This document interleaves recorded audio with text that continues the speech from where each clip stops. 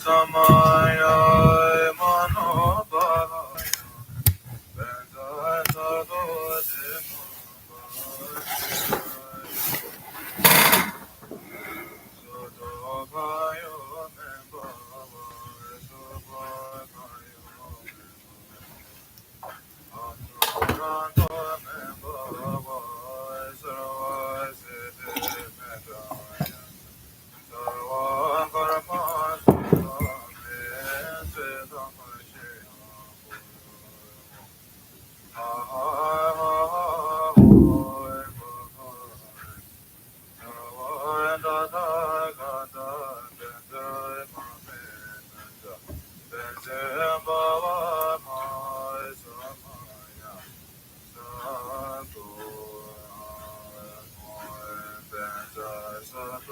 Samaya Manopalaya Bendaya Sadodeno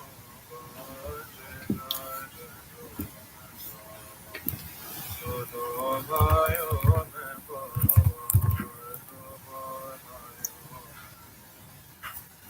Anurando Membava Sarvasiti Medaya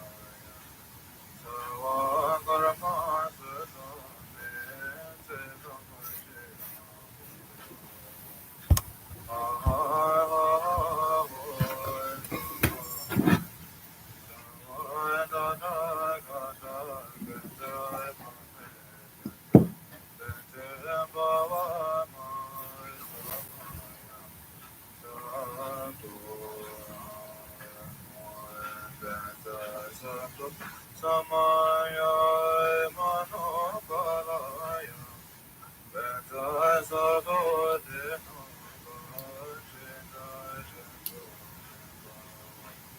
Sotobayo Membava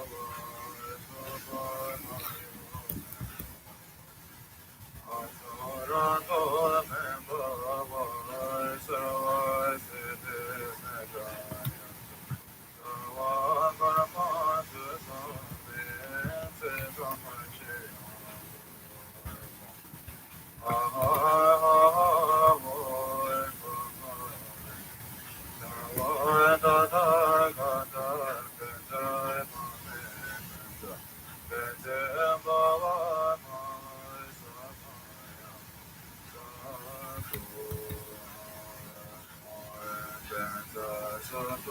Samaya Manopalaya Bendaya Sadodeno Good morning, Miss Anne. Long time no see. Nice to see you again. So, before we start, we just sit for 1 or 2 minutes silently, please.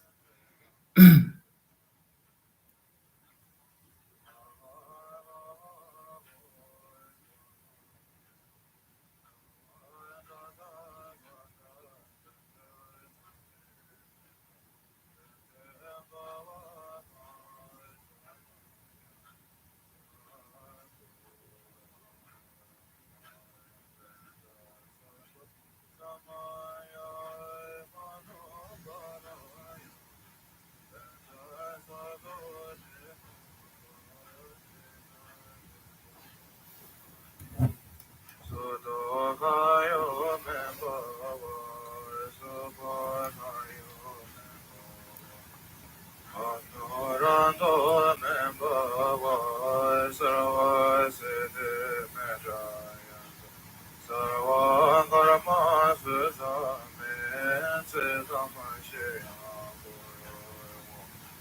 Ahai Bhagavad Sarvadadagada Benjai Mame Benjai Bhava Mai Samaya Santo Benjai Santo Samaya Manopalaya Benjai Santo Deno Benjai Santo Sotokayo Membawa, Sotokayo Membawa, Honorando Membawa, Sarvasiti Medrayati, Sarva Karma Sudame, Siddhamashya Guru, Aha, aha, Om Bhagavate, Sarvada Gata, Benjai Mame, Benja, Benjai Baba Ma Samaya, Santo, Benja, Santo, Samaya, Manopalaya, Benza Sado Deno Banchindra Jendo Membawa Soto Kayo Membawa Soto Kayo Membawa Agnorando Membawa Sarva Siddhi Medrayati Sarva Karma Sudhame Siddhamashya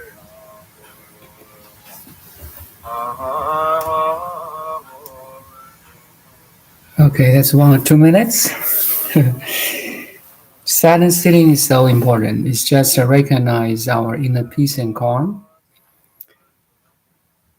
from which we can reach out. It's like inner stillness and silence is our home, ultimate home. In any activity or like speak like a voice or doing like something to do, or coming from inner peace and calm. Buddha is called 2 feet, a master of 2 feet. So my understanding in this perspective is Buddha's one foot is standing in an inner peace and calm, which is infinite, and another feet standing in the world, in the doing. So 1 feet in the non-doing, 1 foot is non-doing, 1 foot is in the doing.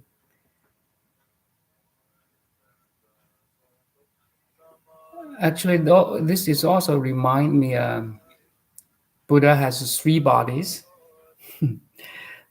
Dharmakaya. So 1 foot is in Dharmakaya, another foot is in Sambhogakaya and Nirmanakaya. So in this perspective, this Dharmakaya is infinite, formless, yet give rise to all forms, energy, and information. So so this all the energy, information, and intelligence even are capsuled in body mind, or what we call the Nirmanakaya and Sambhogakaya.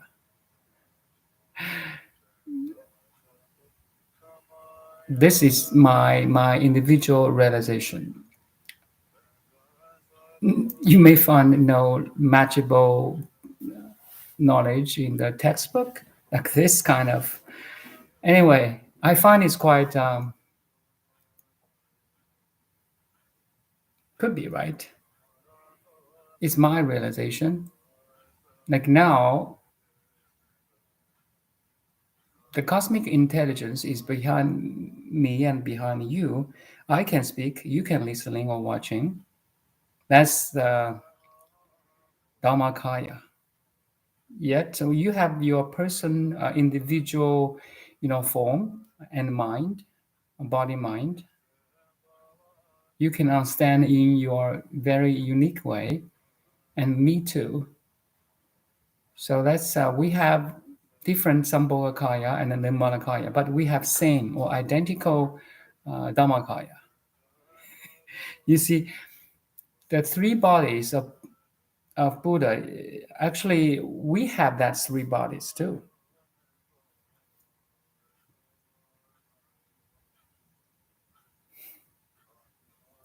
Makes sense to you? Yeah, silent sitting. It's all rich or like comes from this inner stillness. And why I'm talking like this way, I don't know. It's just a came.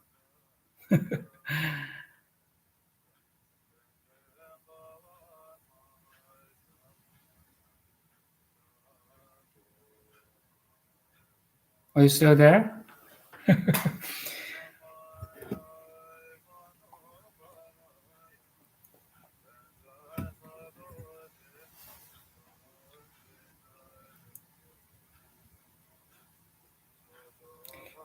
Yesterday, I had a video about the meditate on five wisdoms. You know, again, if we simplify the Buddha's teaching into three words, it could be morality, concentration, and wisdom. Morality, ethics, or ethics, just to be a good man. But to reach the wisdom, we have the concentration. We need this concentration or meditation or dharana or dhyana, depends on how you look at meditation. So most people, world people are missing this part, meditation, the middle part. First is the morality, second meditation, then wisdom. So I figured out maybe we can meditate on wisdom, so we can combine this second and third into one thing. Actually, this remind me again. You see, synchronicity. Six patriarch Hui Neng said, 定慧等持. So samatha, or another word of meditation, samatha and vipassana, or another word of insight or wisdoms, should be applied equally, evenly. 定慧等持, like 50% of samatha, 50% of vipassana, and be applied into your meditation, I mean, sitting meditation or everyday life. I find this only these four words, 定慧等持, or apply samatha and vipassana equally, are so powerful. That's the wisdom. You see, wisdom contains huge, huge information. 10 years ago, when I looked at the same four characters, like 定慧等持 or applied samatha and vipassana equally, I don't have so much understanding at all. But that 10 years ago, this kind of words attracted me, rings a bell in my heart. Wow, why this master said 定慧等持? Now I kind of really, really understand what this patriarch, six patriarch mean. Hui Neng, he said 定慧等持, apply the samatha and vipassana equally, or apply the meditation and the wisdom equally. Actually, it's not only a principle, it's happened in every second.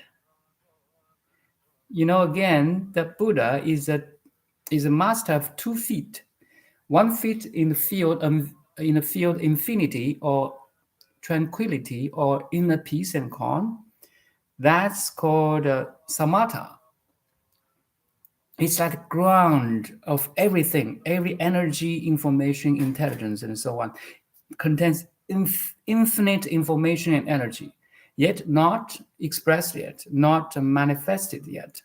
So Buddha's the second foot is wisdom, or expressed in his body and mind, Sambhavakaya and Nirmanakaya. So the cosmic intelligence need to be expressed through body mind, through nature, through cosmos. And once we understand that patterns or wisdoms contained in every form and name, it's like you find God in everything. I don't know if I remember correctly. Pick up a stone or rolling a rock on the road, you will find God underneath the stone. Maybe it's not exactly the words, but look at the flower. The divinity or the divinity is in the flower. It's not only in the flower, it's in the earth where the the flower grows. Everything. If you really have that insight to penetrate into the natures, into I mean every form contains infinite love, compassion from God. So, it's crazy. You find that universality in every form and name. Include your body and mind in every cell, in every thought you fire. There's a commonality, there's a divinity, there's a universality. Actually, that's one type of category of wisdom. You can abstract a wisdom from everything and else. We call it 一切智. So 一切智, how do I translate into English? 一切智道种智和一切种智. So 一切智 means the universal principle in everything. Now you can see the universal principle in every form. You can abstract, like you can find God in everything, in a petal flower, in a plain like blade of grass, in the raindrops, in the rainbow, in the ocean, in your pet, in your body, in your mind, in your thoughts, in your memory. It contains divinity. So, it's crazy. Once you find this, wow, we are so lucky. We are so lucky. And as a human mind, we can understand this through practice, through meditation, through insights.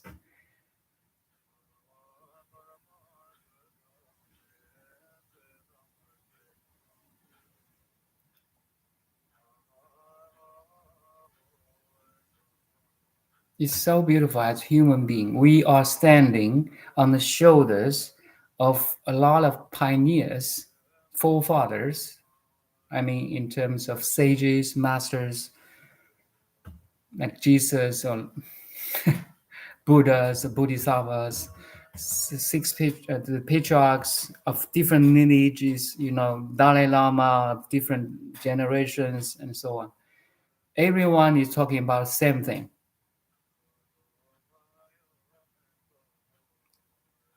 Everyone every enlightened being try his or her way, use her or way, convenient way to awaken us. And we are so fortunate to have these forefathers or patriarchs to guide us.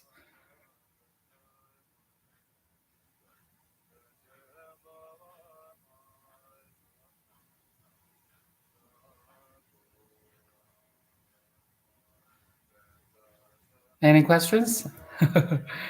If you don't have, we can go through these 5 reasons again, because yesterday I talked about it already, but actually it's not enough at all. And I found some,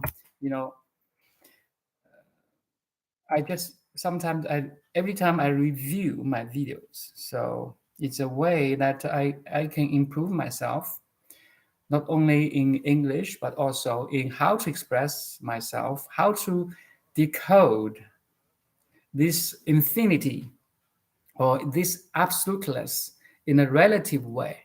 That's another wisdom. That's called the prajna of words. The pattern of words actually is very much embedded in all the textbooks. How they try to convey uh, and wisdom that everyone can understand is not easy. It's definitely not easy. That's why Buddha has so many sutras, because uh, it's like this remind me again. There's a one lady or female lama. He said, she said, everyone's size of feet or foot is different. So there's nothing such as a size 8 shoes is better than size 6 shoes. Okay, it's because our feet is different. We always find, if your size of feet is 8, then you wear a size of 8 size, the 8 size shoes. Now in all the world we have so many different sizes of the, so you try different shoes, is also different color, different texture, and so on. That's why Buddha have so many sutras to meet different demands of different people with different, how to say, the ability of awakening, or the truth is universal, yet the form, our mind, the body are different, are very unique. Do you follow? I hope I express myself clearly.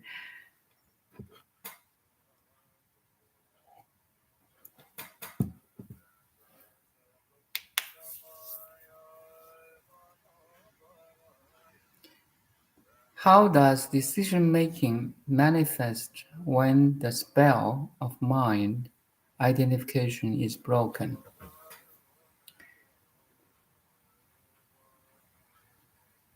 How does decision making manifest when the spell of mind identification is broken? So you mean when you are awakened, how do you make your decision? Do you mean that? When you enlightened, how you make, okay.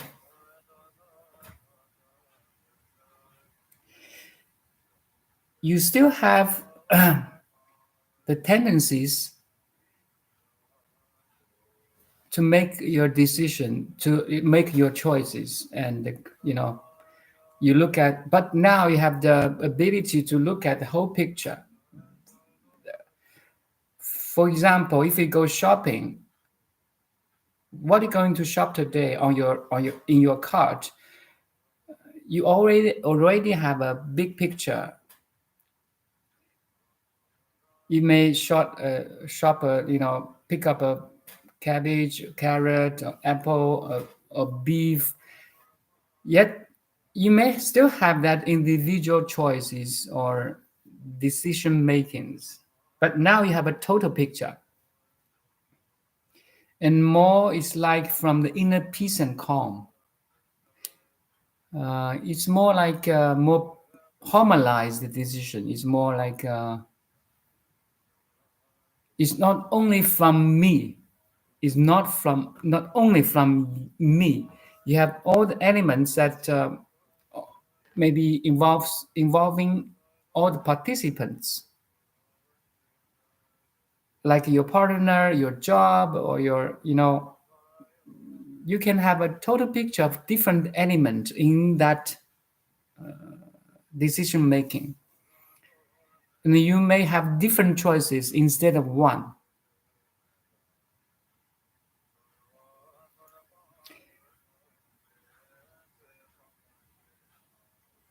And most of all, and that's a very good question actually.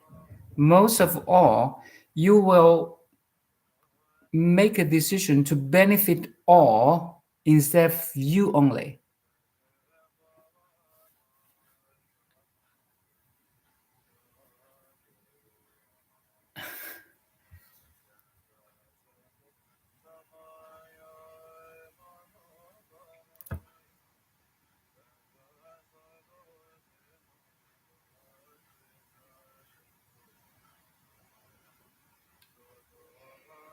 Or even you, if you are very compassionate, you can think about all others instead of you.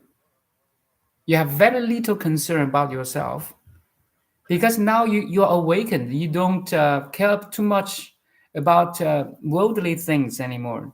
Do you follow? You don't care about too much money anymore. You don't about care about your my benefit anymore. You will care about more others. You lose most time if you awaken, you lose a lot of interest in the material things. That's kind of because now you, if you awaken, the first criteria is you don't identify yourself as the body. That's the first step. Sonapana. I think that there is sonapana, the first enterer of the stream of enlightenment. So you have you cut through your identification with your body. For a water person, all their desires, I mean, individual desires are for this body. You see, house, shelter, food, cars, money, clothes, fame, for this body and the mind. So mind, you have to cut. Mind is more difficult to cut through. I mean, to identify with your mind, you need enter the again. I talk about this. The 17th stage, the 17th stage of the 52 stages of Bodhisattva. Okay, so in the 17th stage, 17th, okay, the 17th stage, you cut through your body and mind. I mean, you can disidentify not only your body now as a, a stream enterer, but also you can cut through your mind. I mean, disidentify with your mind, your emotions, your background, your education. You totally disidentify. I'm not that. So that's a very critical stage of enlightenment.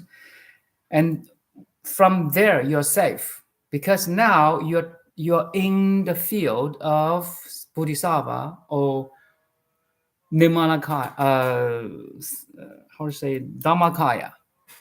You recognize your body of Dhammakaya. That's the real you.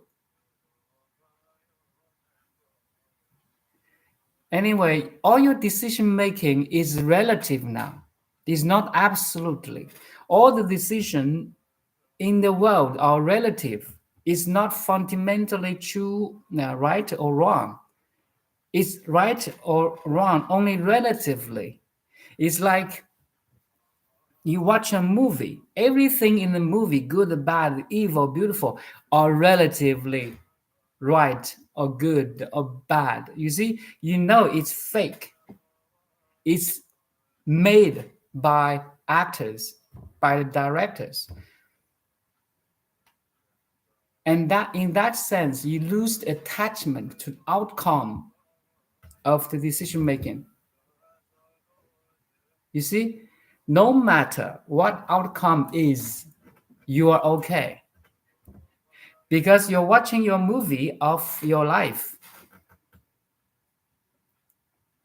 Make sense to you? Because you know you are not the thinker, and you know that those thoughts are the fruit of your environment.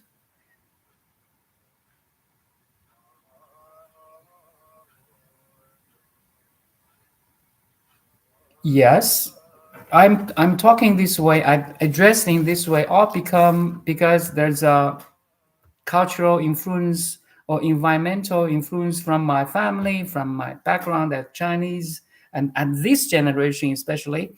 Next generation will be different. I mean, this my generation. I mean, I'm 50, right? So the way you are speaking, the way you are thinking, the way you behave, the way you act, the way you interact are entangled with your family, your background, your education, everything is entangled. No one can escape, no worldly person can escape from this karma unless you're enlightened.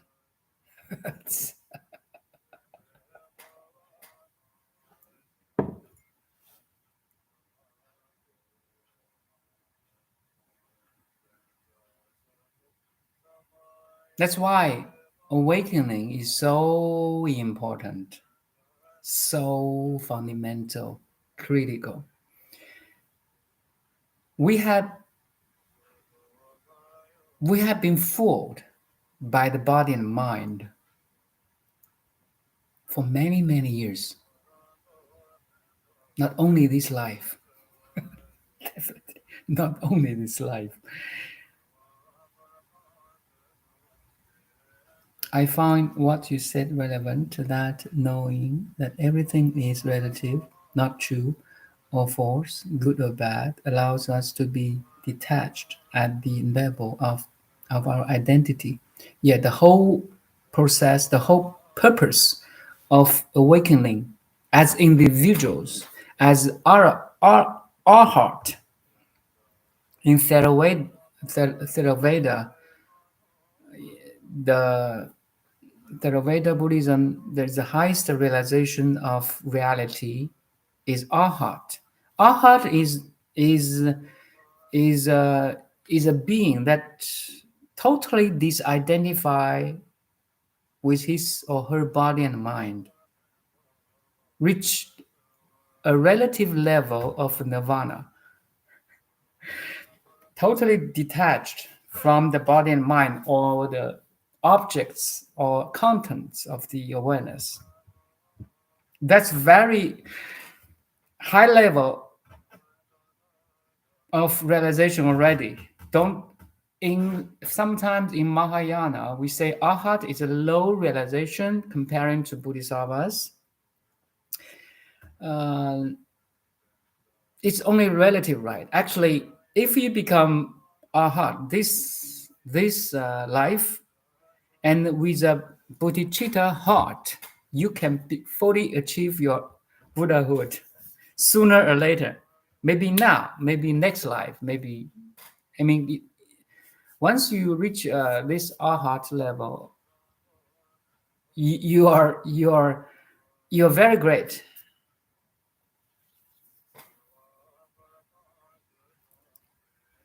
Trust me. Since we have been like in this Dharma talking for a lot of years now, maybe more than three, more than four now, right, Miss Zen? You are much greater than what you think. Much, much greater. I cannot use numbers. It's like imagine you have $1 billion in your bank, okay? $1 billion, not million. Your value is infinity. Any number, any fixed number, even billions of trillions, comparing to infinity is nothing. Okay? That's called relative and absolute. $1 billion in the world, you are so rich, right? Like Bill Gates or any billionaires or trillionaires. But comparing to what you are, these numbers, trillions or billions, is nothing. Okay, nothing. Imagine a division of math. You put billion on top as a dividend, and below there is a divisor. If divisor is only 100, so 1 billion divided by 100 is a huge number still. But if we put infinity underneath as a divisor, then then billion become the equation will become is zero because now the divisor is infinity, and that's your value. All the worldly value comparing to the real value of who you are is zero, is relative, or we can use another word, relative. Yet that's only one step of understanding. Once realize you are infinite, everything you do, you think, you behave, you speak, you touch is infinity, infinite. That's the paradox of the understanding. Imagine you are God, okay? Imagine you're goddess. You come to earth. You look at the humanity and look at your creation. Oh, what the heck? These my sons and daughters are doing here? They're killing each other. They're suffering. That's not my purpose of creation. I don't create humanity to suffer. And but as in eyes of the Buddha, in eyes of God, all the sufferings are relative, because they will be fine. One day they will find their divinity in their heart,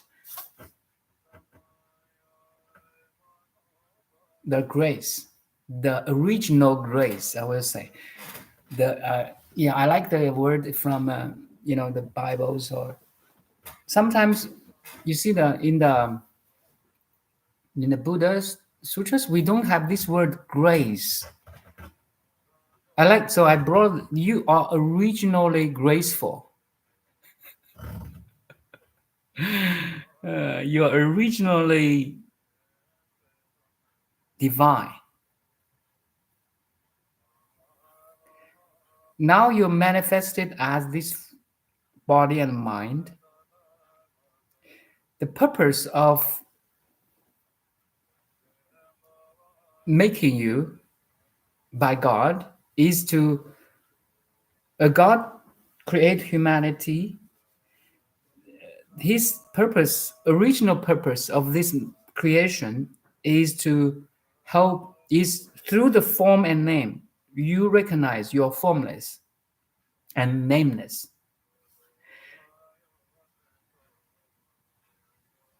The name that can be spoken is not eternal name. You see, even Lao Tzu in Taoism, the founder of Taoism said this.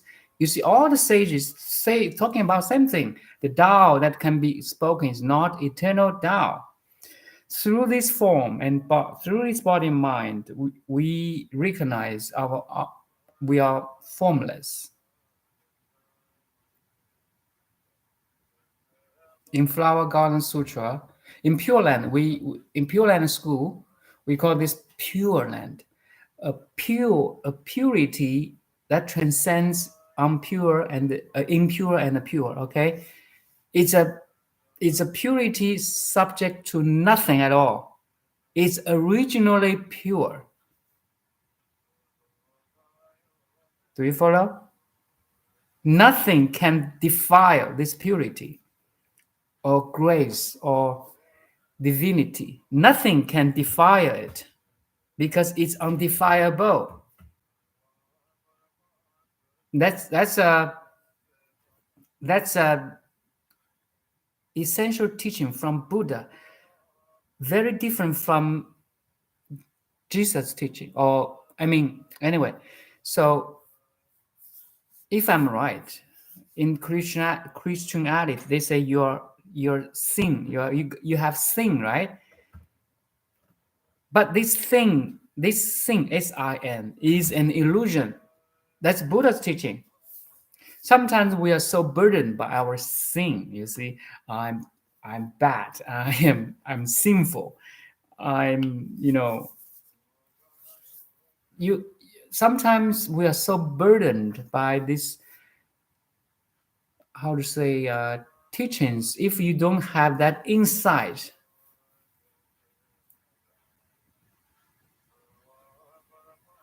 in Buddha's teaching, we don't call it sin.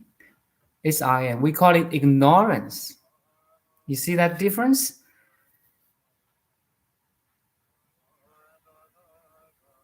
You are suffering, we are suffering because of the ignorance, because of the identification with something that is empty, that is fleeting, that is transmitting, that is ever changing.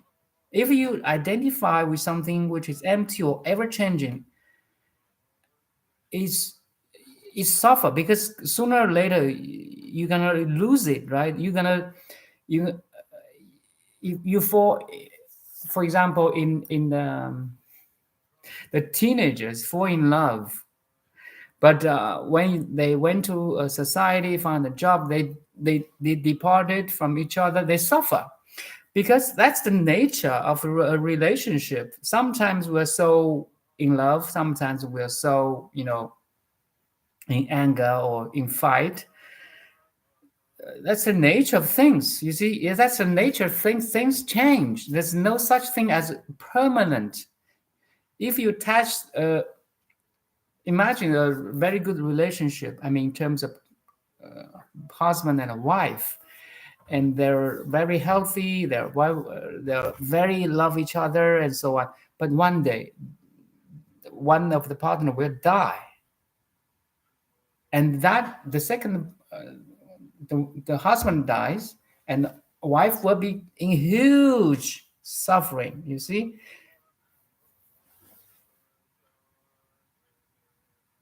and this is one of the eight sufferings in Buddha's teaching: birth, sickness, death, aging. These four sufferings, birth, sickness, aging, and death, are, applies to everyone. Everyone have these four sufferings, and lose what you have and be accompanied by somebody you don't like or you dislike. That's another two.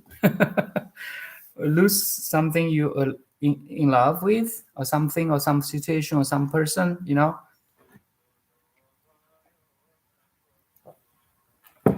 Anyway, the big suffering is our, what is the ignorance. Hello, Jimmy. Thanks for coming again. Handsome boy in Netherlands.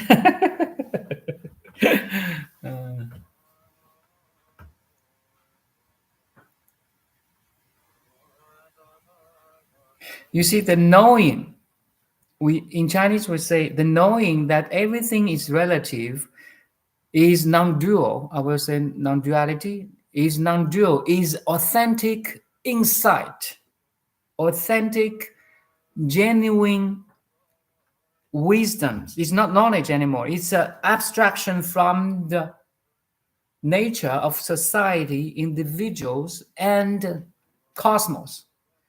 Non-duality is the highest wisdom and abstraction from all the phenomena world in terms of humanity,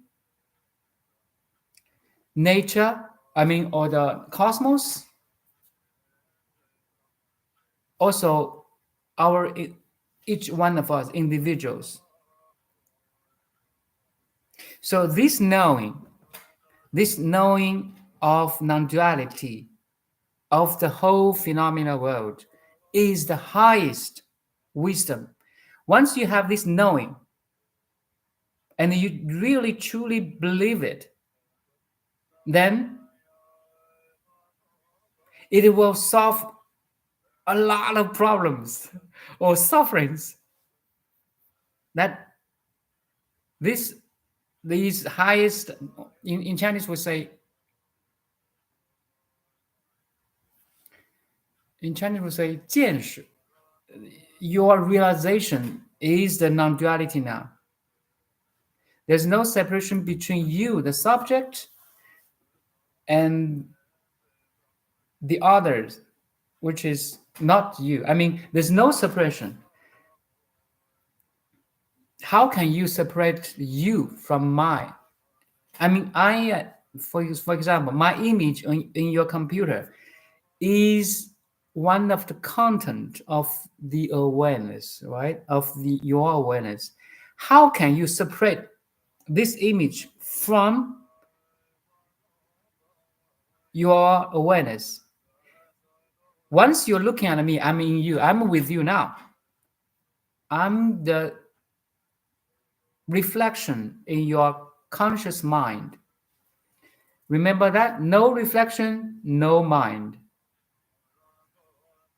Oh, sorry, no reflection, no mirror, or vice versa. No mirror, no reflection.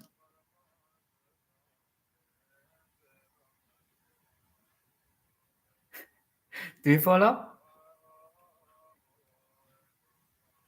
Maybe it's easier for you to understand. No mirror, no reflection.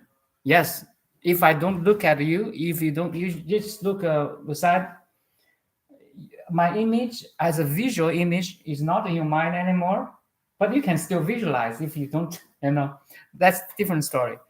No mirror, or no mirror, no reflection, no mind, no contents of mind. Easier for you to understand. But why I'm saying that no reflection, no mirror is, you see, this is a negation of to express the non-duality, because reflection and mirror are one thing, are non-dual.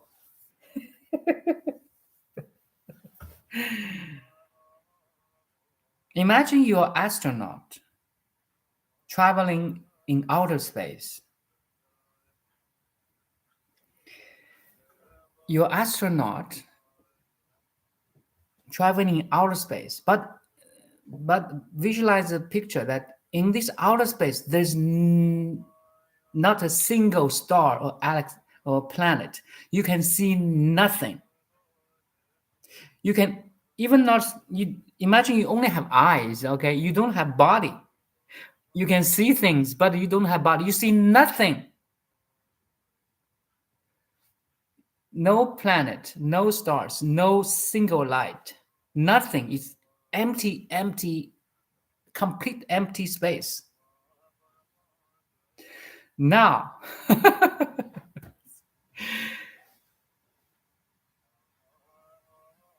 if you stay there longer, the mind, the awareness loses its meaning, because awareness needs to be aware of something. And after 3 months of nothing at all, now there's one thing in the vast empty space. There's just one thing, how to say, a light, a very faint light. Oh, wow, you will be amazed. Do you think so? Wow, there's something now. In that moment, your awareness, your conscious mirror functions, because now there's a reflection in the mirror. You can see something, you are aware of something. That spark, distant sparks, wakens this pure awareness. Now you know you exist. Actually, this is one of teaching from Mahayana. So this empty, vast, pure awareness, we call it Xing. And so Xing, maybe you can just put it here.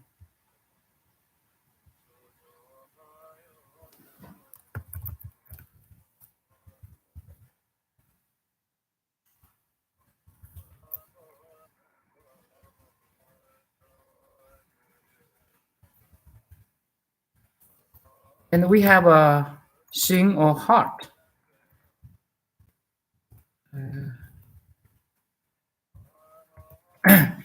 So one is Xing. The first one is Xing. The Xing, I mean, 清净自性原明体, is subject to nothing at all, yet is unmanifested.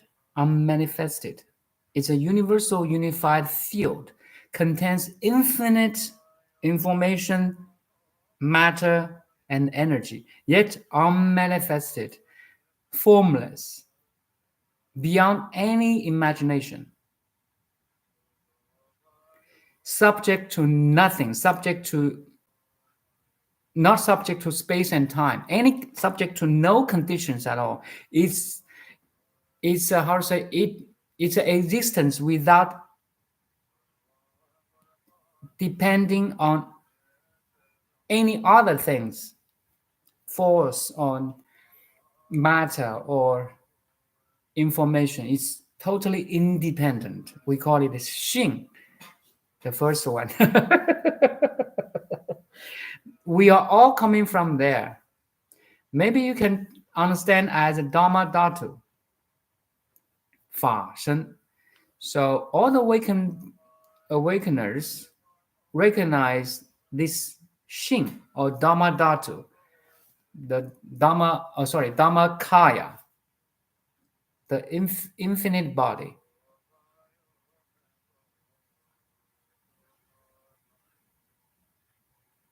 Are you interested in kind of this topic? I'm not, because now I'm going try to go to the source of everything.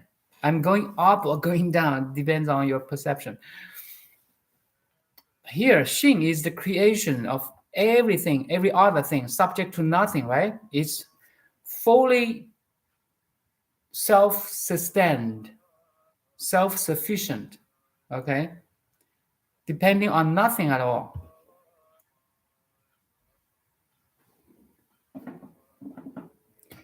All the space-time is manufactured in this field, in this formless field, infinite field. And now this generation, this time, this moment is expressed through your mind, through my mind. It depends on your perception now. How, if you're capsuled in this limited body and mind, okay, that's your perception. That's your view of this infinity. The infinity is collapsed into a finite understanding, or finite, or distorted, biased body and mind. But once you're awakened, you're free, meaning you can free from your body mind, from that distortion. Now you have a genuine, authentic, pure view of who you are. Then you're back to this Xing or Dharmakaya, infinity, immortality. Any name you want, you can put it. Heaven.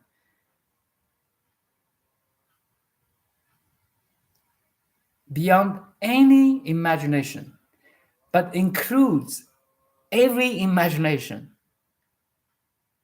That's a freedom, you see. If it's too hard for you, I have this cup. If I pour coffee in this cup, it's full. But if I can empty this cup, just drink it all the coffee and make it empty again, then it has another ability to contain water, contain apple juice, to contain milk, right? So in terms of the holding a liquid, this cup has an infinite possibility to contain different liquids. But you have to empty it first. Emptiness is the essence of Buddha's teaching. Is that reminds me of a story, a Zen story. So in Japan, there's a Zen master, I forgot his name, and there's a famous or well-known professor visited him, well-known professor, and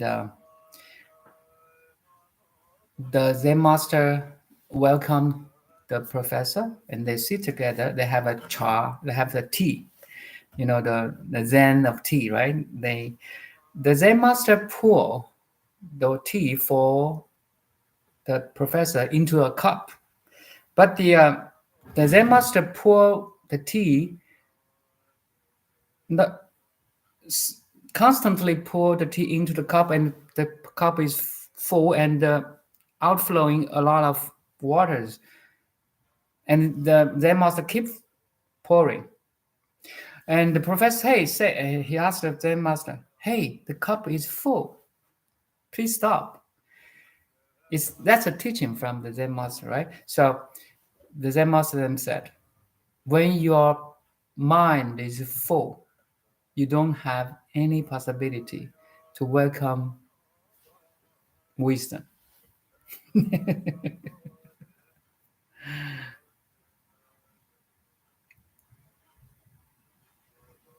You see emptiness, letting go, or in other words, letting go your greatness. I mean, the individual greatness. You are great already, but it's not the highest understanding of greatness. We are not that there yet. But Buddha can declare that he is great or she is great.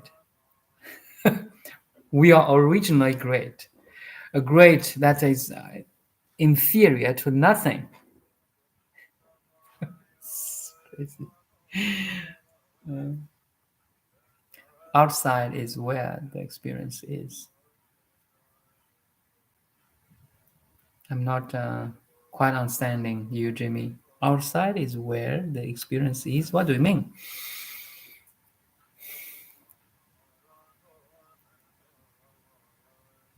Outdoors is where the experience is. Outdoors. Nothing is out. Everything is in you.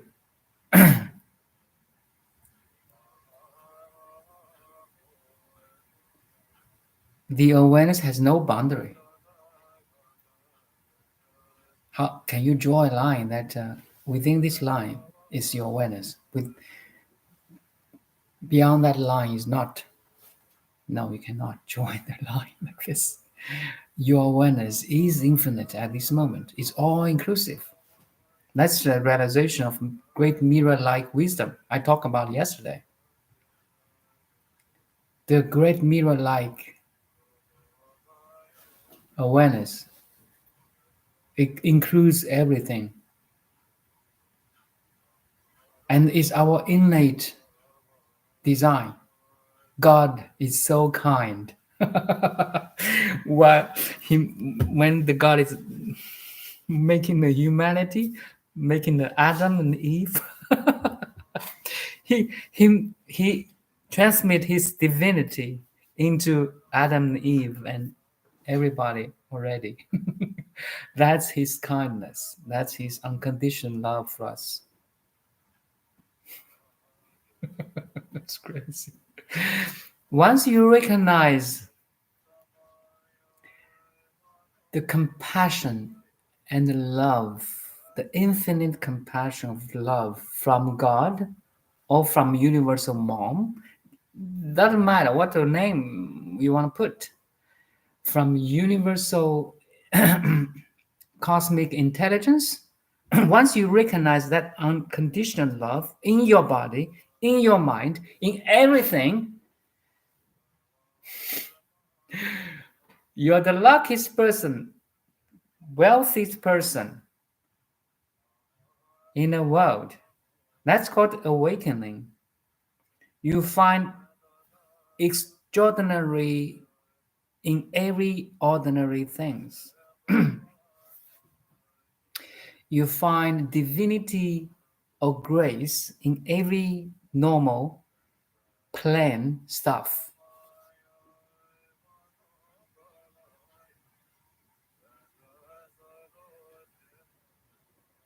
You're the luckiest being in the world. And the whole world is your playground. Do you like playground as kids do? If you get married and have some kids, I mean, toddlers or below age of 10. Once the kids enter a playground, you see how joyful they are.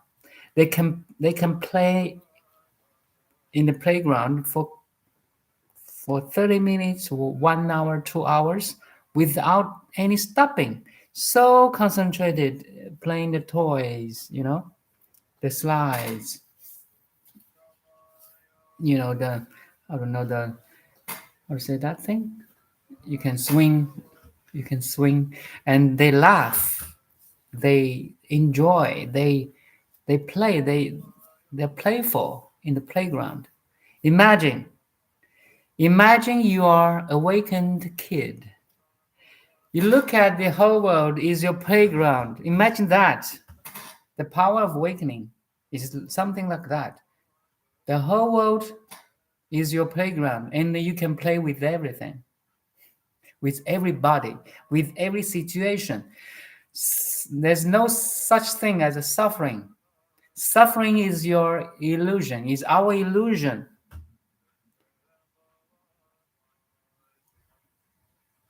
You're innately, originally in the heaven. Look around, look at the flowers, look at your house, look at your computer. It's all the stuff in the heaven. so, so nothing about the beautiful things like music, like literature, poetry, right, Jimmy?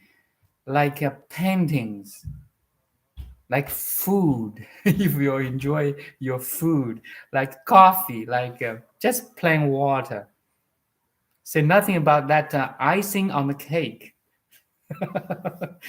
If you find beauty or grace or divinity in a grain of sand or in a white flower, in the palm of a hand, you know, you're the wealthiest person. You're the most joyful person. You're in highly blessings. Yet you're so calm. Vipassana and samatha, 50% of blessings, 50% of inner peace and calm. So, crazy.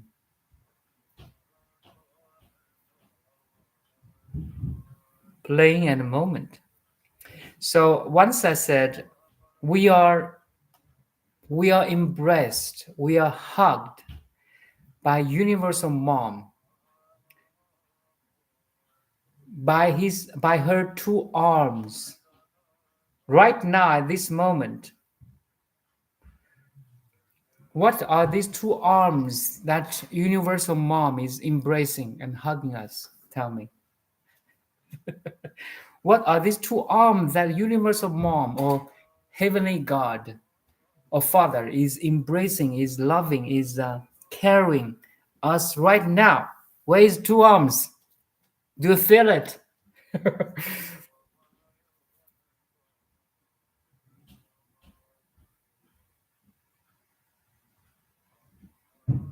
Anybody can answer this question? The two arms of a universal mom or heavenly God or Father that is caressing us right now at this moment and never leave us at all.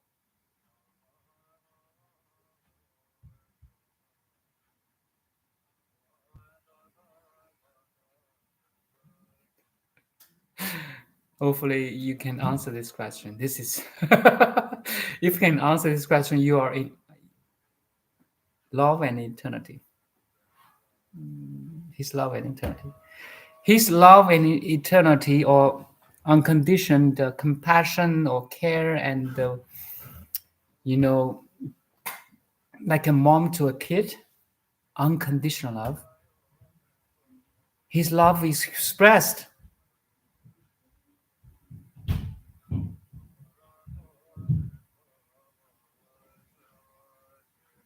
by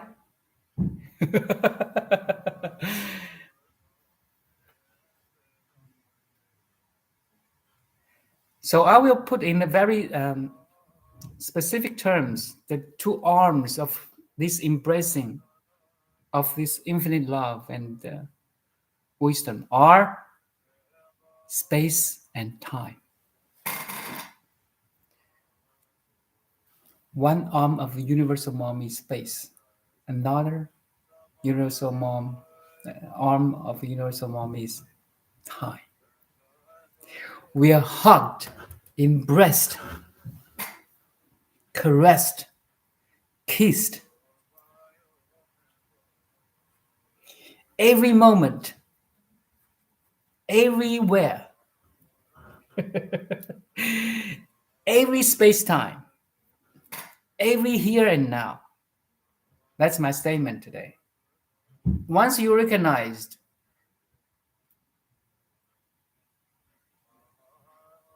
this unconditioned love and care in every here and now, in every coordinates of space time, you are the blessed one. You are the blessed one who recognize the blessings everywhere, every time. Tell me anyone can escape from space and time. Only Buddha or God themselves can.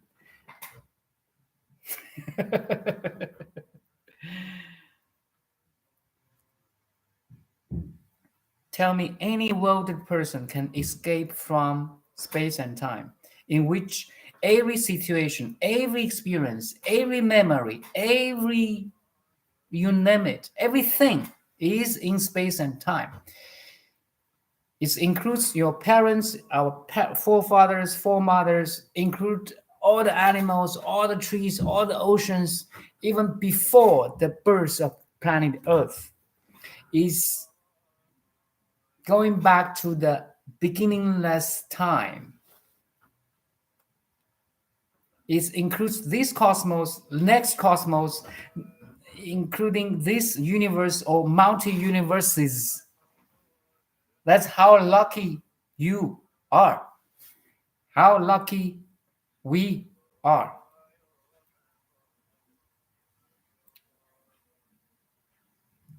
The moment you open your eyes,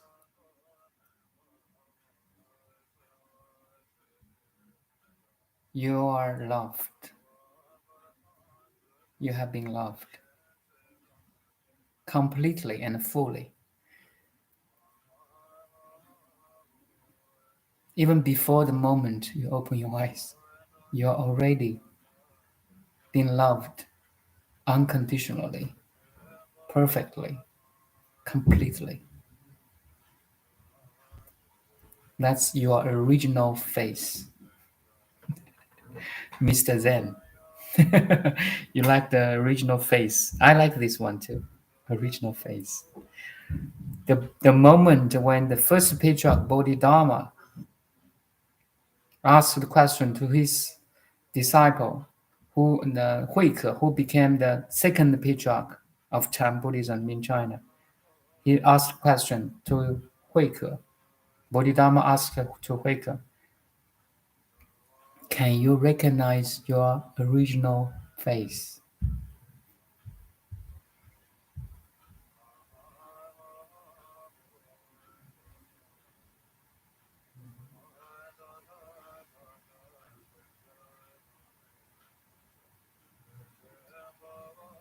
The hands of God. Yeah.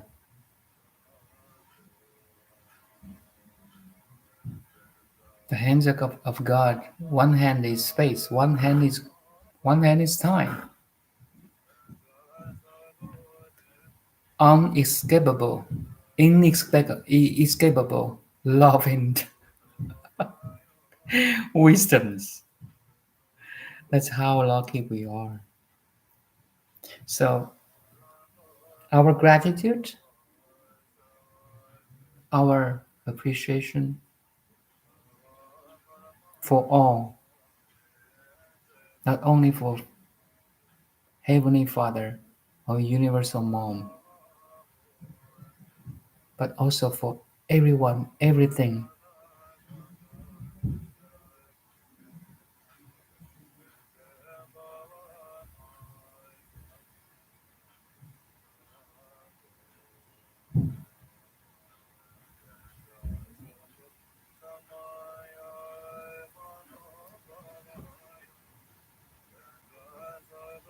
for everyone and everything in the past, for everyone and everything in the moment, for everyone and everything in the future,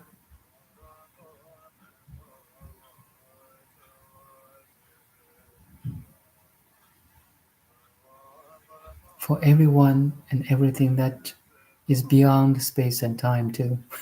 It's crazy, right? So you have to all inclusive, right?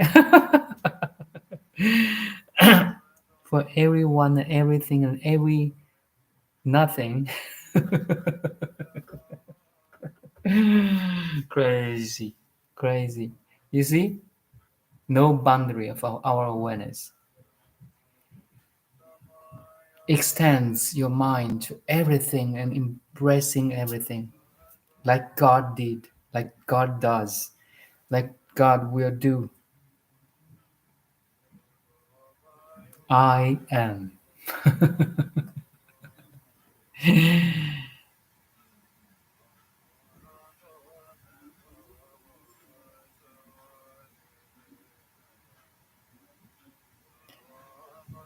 Okay, if no further question, maybe we can end this session.